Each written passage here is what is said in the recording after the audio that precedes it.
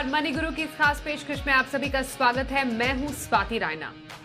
पहला प्यार और पहला निवेश बहुत ही यादगार होता है। पहले निवेश के साथ क्या अभी भी आप कमिटेड हैं?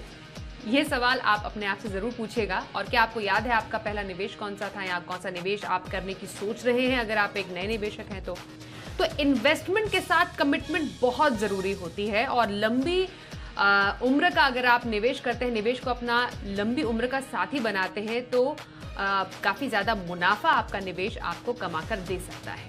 तो इसी पर आज हमारी खास चर्चा रहने वाली है अपने इस खास शो में, पोर्टफोलियो से प्यार का कनेक्शन। इस पर खास चर्चा करने के लिए हमारे साथ दो खास मेहमान हैं, परिचय करा देते हैं। सर्टिफाइड फाइनेंशियल प्लानर पूजा भिंडे और साथ ही स्टॉक एज के को फाउंडर विवेक बजाज। पूजा और विवेक दोनों का करते हैं शो में स्वागत। और क्योंकि हम निवेश से प्यार की बात कर रहे हैं, इसलिए मैं पूजा आपके पास सबसे पहले आती हूँ और पूछती हूँ, जब हम इन्वेस्टमेंट से कमिटमेंट की बात करते हैं, हम अपने जीवन साथी या फिर जो भी हमारा एक लव कनेक्शन होता है उनसे भी कमिटमेंट की बात ज़रूर करते हैं, स्पेशली प्यार के दिन। लेकिन शायद निवेश हमारे दिल के उतना ही करीब होता है जितना हमारा जीवन साथी या जो भी हमारा पसंदीदा कोई शख्स हमारी ज़िंदगी का होता है। इसलिए मैं आपसे समझना चाहती हूँ, इन्वेस्टमेंट से कमिटमेंट इतना ज़रूरी क्यों है? जी, सबसे पहले तो हैप्पी वैलेंटाइंस डे आप सबको।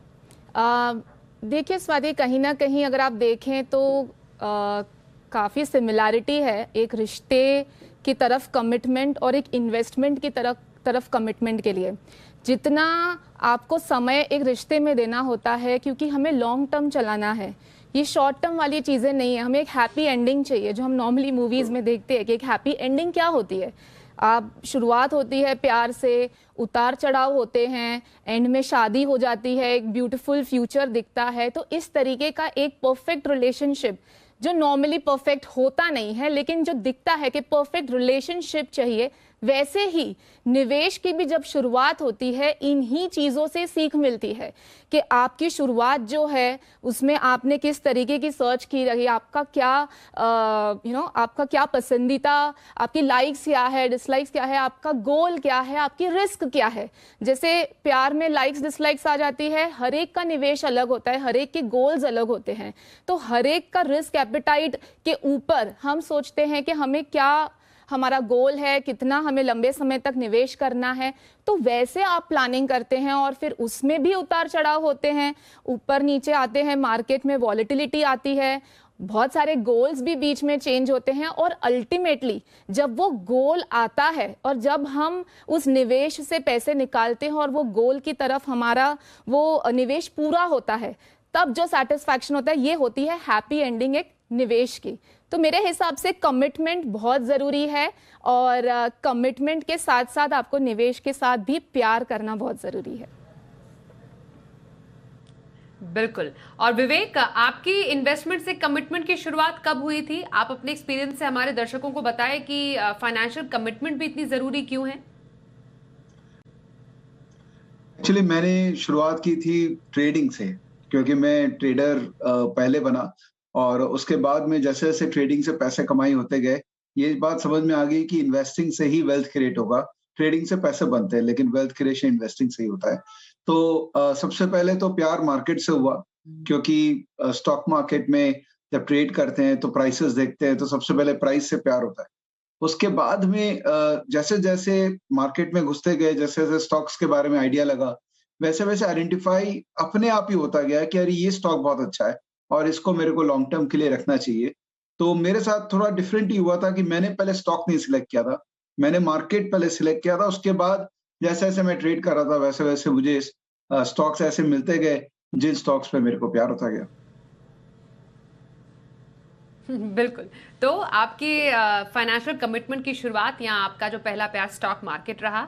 और कई लोग जो हैं, काफ़ी लोग स्टॉक मार्केट से वैसे शुरुआत नहीं करते हैं, वो चाहते हैं धीरे धीरे करके आगे बढ़ें। इसलिए म्यूचुअल फंड भी एक रास्ता है जिसको वो चुन सकते हैं, अपना सकते हैं। अब ज़रा दोनों पूजा और विवेक से समझते हैं कि फाइनेंशियल कमिटमेंट के लिए आपको कौन से स्टॉक या फिर कौन से फंड्स में निवेश करना चाहिए जो कि उम्र भर आपका साथ निभा सकते हैं।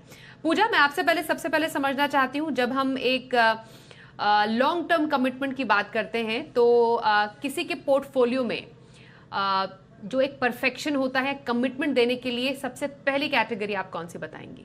जी देखिए स्वाति, मेरे हिसाब से अगर आप लॉन्ग टर्म कमिटमेंट की बात करते हैं या शुरुआत मैं कहूँगी जिस हिसाब से करनी है, तो जैसे प्यार की शुरुआत होती है तो डर होता है, वैसे ही जब निवेश की शुरुआत होती है कोई एक्सपीरियंस नहीं है, किस तरीके के रिस्क होते हैं, और मार्केट रिलेटेड सबको एक पहले से प्री कंसीव्ड नोशन होता है कि मेरे हाथ जलने ही वाले हैं। मेरे हिसाब से सबसे पहले अगर आप शुरुआती दौर पे हैं और शुरुआत करना चाहते हैं और एक लॉन्ग टर्म कमिटमेंट का आपके दिमाग में एक गोल है, तो आप एक large cap mutual fund, large cap equity mutual fund से आपको शुरुआत करनी चाहिए। इससे क्या होगा कि जो भी लार्ज कैप कंपनीज हैं जिनका market capitalisation more than 20,000 crore है, जो ए ग्रुप कंपनीज हम कहते हैं, उसमें ही निवेश होता है, तो आपकी जो स्टेबिलिटी है रिटर्न्स की वो बनी रहेगी। मार्केट उतार चढ़ाव से आपके पोर्टफोलियो पे ज्यादा वॉलेटिलिटी नहीं होगी, आपको एक सिक्योर फील्ड इसमें आएगा कि ज़्यादा वॉलेटिलिटी नहीं है, मुझे रिटर्न्स भी ठीक ठाक मिल रहे हैं। इसमें निवेश भी आप लंबे हिसाब से 5 से 8 साल के हिसाब से अगर आप करना चाहते हैं, आपका कोई बेसिक सा गोल है जैसे घर खरीदना है या डाउन पेमेंट करना है या कार खरीदनी है, जो 5-8 साल के अंदर आपका निवेश का कोई गोल है, तो आप एक लार्ज कैप म्यूचुअल फंड का चुनाव कर सकते हैं।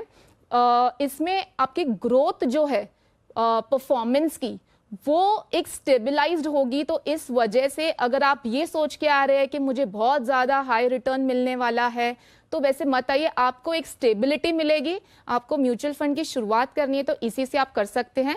1-2 फंड्स में सजेस्ट करूंगी Swati, Mire large cap fund आप चूज कर सकते हैं इस कैटेगरी में, या तो Canara Robeco blue chip equity fund आप चुनाव कर सकते हैं। विवेक के जो ऑल राइट, तो हमने पूजा से समझा उनके पसंदीदा लार्ज कैप फंड कौन से हैं, और लार्ज कैप से बेसिकली आप शुरुआत कर सकते हैं अपने फाइनेंशियल कमिटमेंट की। अब विवेक के पास हम चलते हैं। विवेक, आपकी नज़र में कौन सी ऐसी कैटेगरी है जिससे कोई भी अपने फाइनेंशियल कमिटमेंट की शुरुआत कर सकता है? तो जैसा कि मैंने कहा था कि मैंने शेयर बाजार से पहले प्यार किया, तो मुझे निफ्टी बहुत प्यारा है। तो मैं तो यही बोलता हूँ कि जो शुरुआत करे वो निफ्टी ईटीएफ से करे, क्योंकि निफ्टी ईटीएफ में आप 500 रुपए डाल के शुरुआत कर सकते हैं।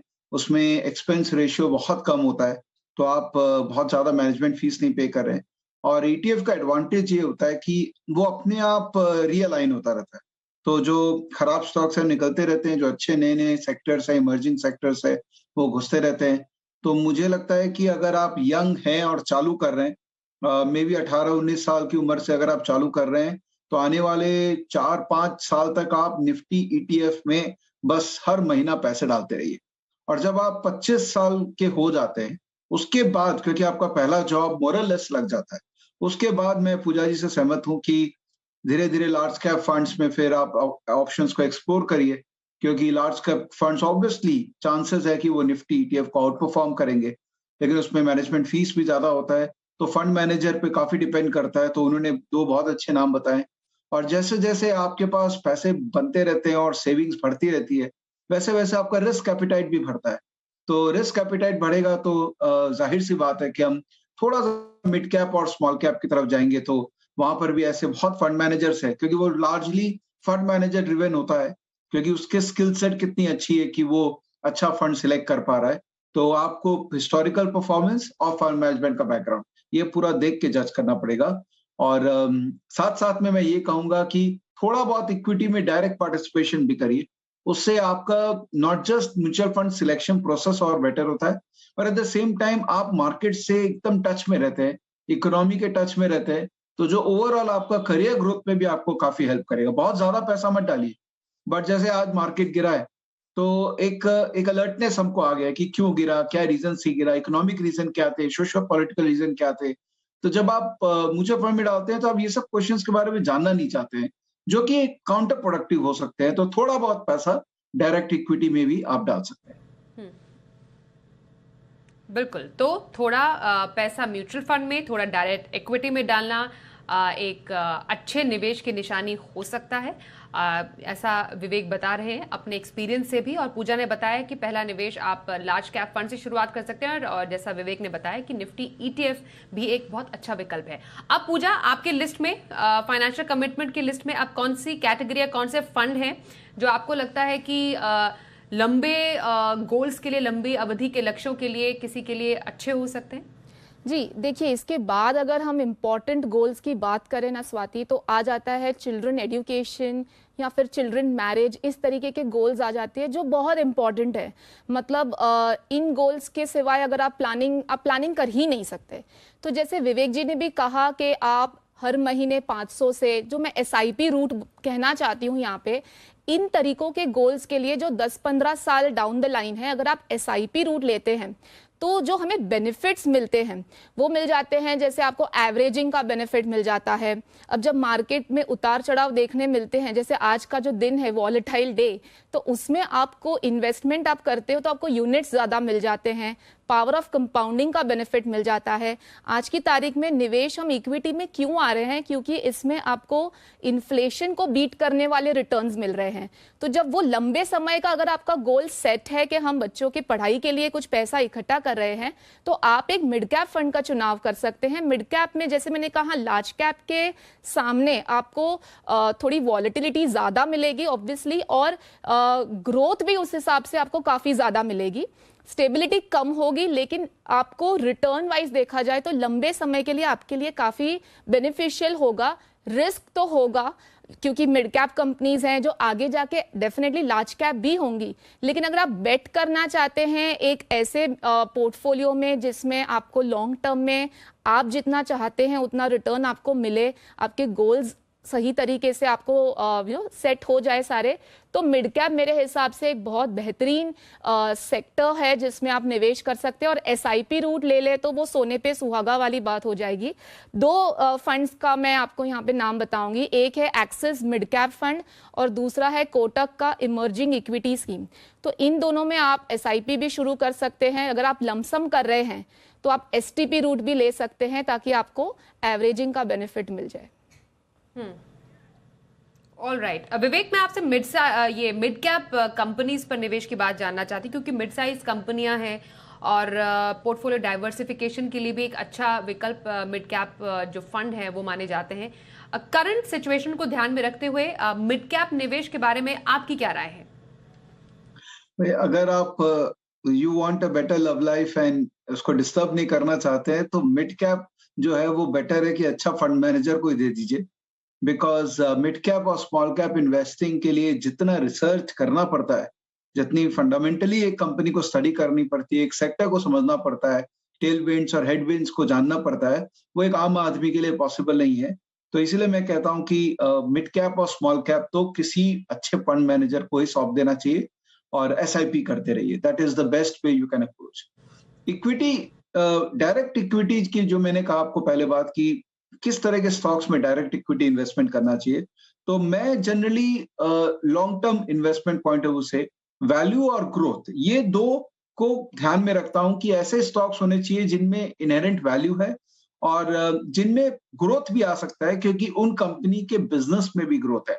जैसे एग्जांपल देता हूं कि अब रिलायंस है, अब रिलायंस इस बिजनेस में है, उसमें ग्रोथ है, ये हम सब जानते हैं, और उसके अंदर में इनहेरेंट वैल्यू है, उसके अंदर में रिलायंस रिटेल है, उसके अंदर में रिलायंस जियो है वगैरह वगैरह।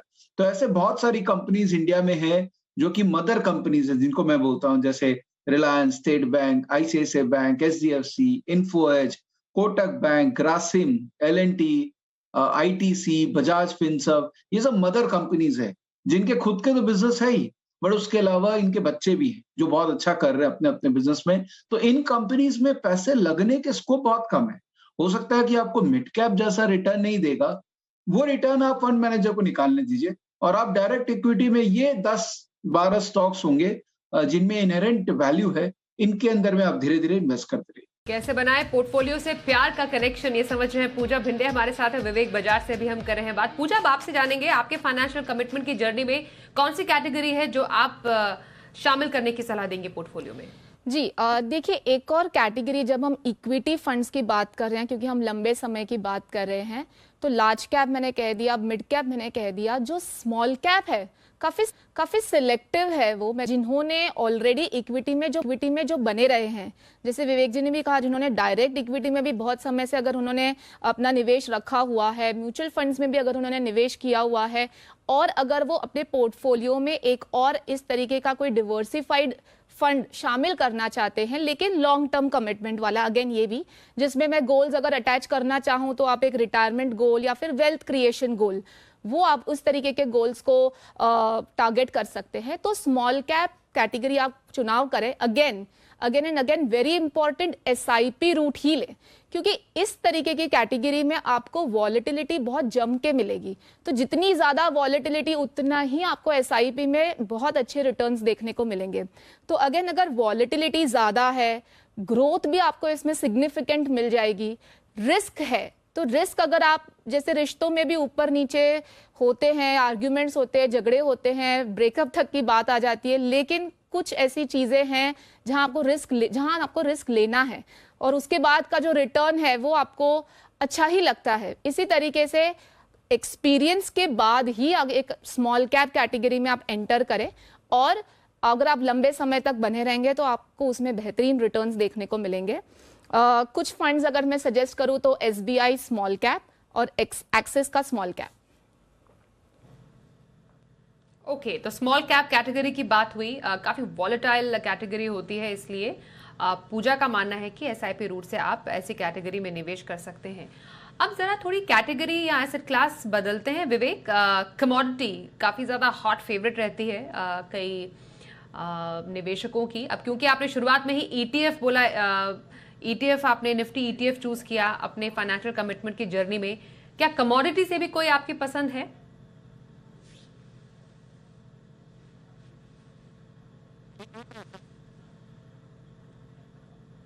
विवेक, आप अपना साउंड प्लीज अनम्यूट कर दीजिए।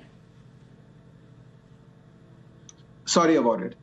कमोडिटी के अंदर में गोल्ड ईटीएफ एक ऑब्वियसली चॉइस है, बिकॉज सोना जो है वो एक ऑल्टरनेट इन्वेस्टमेंट तो है ही, साथ साथ में एक इन्फ्लेशन हेज भी है, तो थोड़ा परसेंटेज गोल्ड ईटीएफ। एक बड़ा इंटरेस्टिंग हुआ है अभी इंडिया में सिल्वर ईटीएफ भी लॉन्च हो रहा है। तो मुझे सिल्वर बहुत पसंद है, क्योंकि सिल्वर उसका एक एस्थेटिक वैल्यू तो है ही, साथ में इंडस्ट्रियल यूटिलिटी भी है, और मुझे लगता है लॉन्ग टर्म के अंदर में सिल्वर शुड डू गुड। तो मेरी राय ये रहेगी कि अपना पोर्टफोलियो का 5% आप गोल्ड और सिल्वर ईटीएफ को मिला के रख सकते हैं। ओके, गोल्ड और silver ETF, but silver ETF काफी अर्ली स्टेज में है अभी। मतलब आईसीआईसीआई प्रो और एबीएसएल थे जिन्होंने बिल्कुल शुरुआती दौर में सिल्वर ईटीएफ लॉन्च किया है। मतलब 2022 के पूरे फाइनेंशियल ईयर में अगर हम समझे, सोने के साथ आप मान रहे हैं चांदी भी चमक सकती है? अब मैं एक साल की बात नहीं करूंगा, क्योंकि 22 में कुछ भी हो सकता है, बट सोना तो डेफिनेटली मुझे लग रहा है कि या तो बहुत बढ़ेगा या यही रहेगा, कहीं कमजोर तो नहीं दिख रहा है। बट चांदी, because it has lot of industrial value, और जिस हिसाब से एक चारों तरफ बूम आया, इलेक्ट्रॉनिक्स के अंदर में बूम आया, इंडस्ट्रियलाइजेशन का बूम आया, मुझे लगता है कि चांदी इज मोर रेलेवेंट। तो इसीलिए बोलना बहुत मुश्किल है कि गोल्ड में करें कि चांदी में करें, इसलिए एडवाइस ये है कि दोनों में बराबर ही, बट आपके पोर्टफोलियो का 5% तो मिनिमम ये दोनों में रहना चाहिए। ओके, तो पोर्टफोलियो का कम से कम 5% आप सिल्वर ईटीएफ या गोल्ड को दे सकते हैं अपने पोर्टफोलियो में शामिल करने के लिए। पूजा, अब आपके पास आकर मैं समझना चाहूंगी, आपने large cap, small cap, mid cap ये कैटेगरी सजेस्ट की, अब कौन सी कैटेगरी है जिसको फाइनेंशियल जर्नी में हम शामिल कर सकते हैं? देखिए, मोस्टली आपने ऑलमोस्ट सारी कैटेगरीज तो देख ली हैं जो मोटा मोटी सारे मार्केट कैप को कवर करती है। लास्ट में मैं कहूँगी, अगर आपको ज़्यादा रिस्क नहीं लेना है and at the same time returns भी चाहिए, सब कुछ आपको एक ही फंड में चाहिए, जो मैंने लार्ज कैप, मिड कैप और स्मॉल कैप के स्पेसिफिकेशंस बताए, वो अगर आपको एक ही फंड में चाहिए तो ऐसे भी फंड्स हैं जैसे फ्लेक्सी कैप है, मल्टी कैप है, या फोकस्ड कैटेगरीज जो हम कहते हैं, जिसमें आपको इन तीनों का एक मिश्रण मिलेगा। तो अगर आप मार्केट का लुफ्त लेना चाहते हैं, लॉन्ग टर्म इन्वेस्टर हैं और नो ब्रेनर अगर कोई फंड में रहना है आपको, अगर आपने अपने हिसाब से फाइनेंशियल प्लानिंग की शुरुआत की है, शुरुआती दौर पे हैं, तो आप इस तरीके का कोई फ्लेक्सी कैप या फोकस्ड फंड का चुनाव कर सकते हैं। कुछ फंड्स जो मैंने कैटेगरी में इन्वॉल्व किए हैं वो है SBI का फोकस्ड इक्विटी फंड और DSP का फ्लेक्सी कैप फंड। बिल्कुल, तो फ्लेक्सी फोकस कैप ये कैटेगरी है जो आप अपनी फाइनेंशियल जर्नी में शामिल कर सकते हैं, ये पूजा का मानना है। अब कौन सी कैटेगरी है जिस पर हम विवेक आपसे चर्चा कर सकते हैं और आपको लगता है कि पोर्टफोलियो में शामिल करने के लिए ये एक बेहतरीन कैटेगरी हो सकती है? एक कैटेगरी है जो म्यूचुअल फंड इंडस्ट्री में अभी शायद आप इन्वेस्ट नहीं कर पाएंगे बिकॉज वो लिमिट रीच हो गई है, वो है fund of fund category overseas. मतलब आप उन फंड्स में इन्वेस्ट कर सकते हैं जो ओवरसीज के फंड्स में इन्वेस्ट करते हो, जैसे नेस्डैक 100 की कंपनीज में मिला के इन्वेस्ट करने वाले फंड्स बाहर हैं, तो मोतीलाल ओसवाल का एक फंड है जो कि उसके ETF में इन्वेस्ट करता है। ऐसे बहुत सारे हैं, स्पेसिफिकली मोतीलाल की नहीं बात कर रहा हूँ। बट अनफॉर्चुनेटली अभी क्योंकि RBI का एक थ्रेशोल्ड था कि बाहर में इतना ही इन्वेस्ट हो सकता है, तो वो रीच हो गया है, तो अभी म्यूचुअल फंड्स नहीं इन्वेस्ट कर पा रहे हैं। बट मुझे लगता है उसको ट्रैक करना चाहिए, और अगर जब वो खुल जाएगा लिमिट, तो आप डेफिनेटली एक इंटरनेशनल फंड में इन्वेस्ट करके रखना चाहिए, बिकॉज ऐसे कई इंटरनेशनल ज्योग्राफीज हैं, जैसे US है जो कि हाईली ग्रोइंग है, मैन्युफैक्चरिंग के अंदर में ताइवान वगैरह काफी ग्रो कर रहे हैं। तो चाइना प्लस जो स्टोरी है वो इंडिया के लिए तो बहुत पॉजिटिव है, हमारे मार्केट के लिए पॉजिटिव है, but there is no harm in hedging by investing in some mutual funds और इन्वेस्टिंग इन ग्लोबल मार्केट्स। तो लगभग कितना परसेंटेज विवेक आप कहेंगे इंटरनेशनल पोर्टफोलियो, इंटरनेशनल फंड को पोर्टफोलियो में शामिल करना चाहिए? ऑल्सो अगर एक कोई नया निवेशक है, उसको बिल्कुल पहले ही निवेश में इंटरनेशनल एक्सपोजर लेने की आप सलाह देंगे? नहीं, एकदम भी नहीं। नया इन्वेस्टर को तो मैंने कहा कि आप ETF रखिए, इंडियन फंड्स पे करिए, बिकॉज आपके पास कैपिटल भी बहुत नहीं होगा, और तो आप कितना डाइवर्सिफाई करेंगे? एक बेयर मिनिमम कैपिटल के बाद ही आप डाइवर्सिफिकेशन का सोच सकते हैं। तो I would say mid age, probably people around age bracket of से 34-35 से अगर वो इंटरनेशनल फंड्स पे एक्सपोजर ले, तो एक फायदा उनको मिल सकता है कि नेचुरल हेज मिल जाएगा इंडियन मार्केट के अगेंस्ट।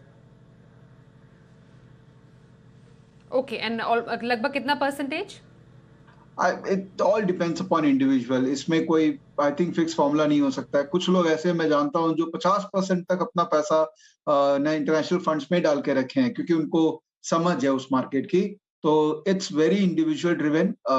जिस मार्केट में आपको लगता हो कि इंटरेस्ट, जैसे एक फंड था, आई थिंक एडलवाइस का था, जितना मुझे याद है, ग्रेटर चाइना फंड था, तो वो उन्हीं ETFs में इन्वेस्ट करता था जो चाइना में इन्वेस्ट करते थे। तो बहुत ही सब्जेक्टिव है, कोई फिक्स परसेंटेज मैं रिकमेंड नहीं करूंगा इसमें। Take your own call on that. तो पोर्टफोलियो से कमिटमेंट के कुछ स्टॉक्स, कुछ फंड्स हमने जिस पर आज चर्चा की, उसके लिए पूजा और विवेक, आप दोनों का बहुत धन्यवाद हमारे साथ मनी गुरु की इस खास पेशकश में शामिल होने के लिए। तो आज के इस एपिसोड में बस इतना ही। एक ब्रेक के लिए यहाँ पर रुकेंगे, पर खबरों का सिलसिला जारी रहेगा। देखते रहिए जी बिजनेस।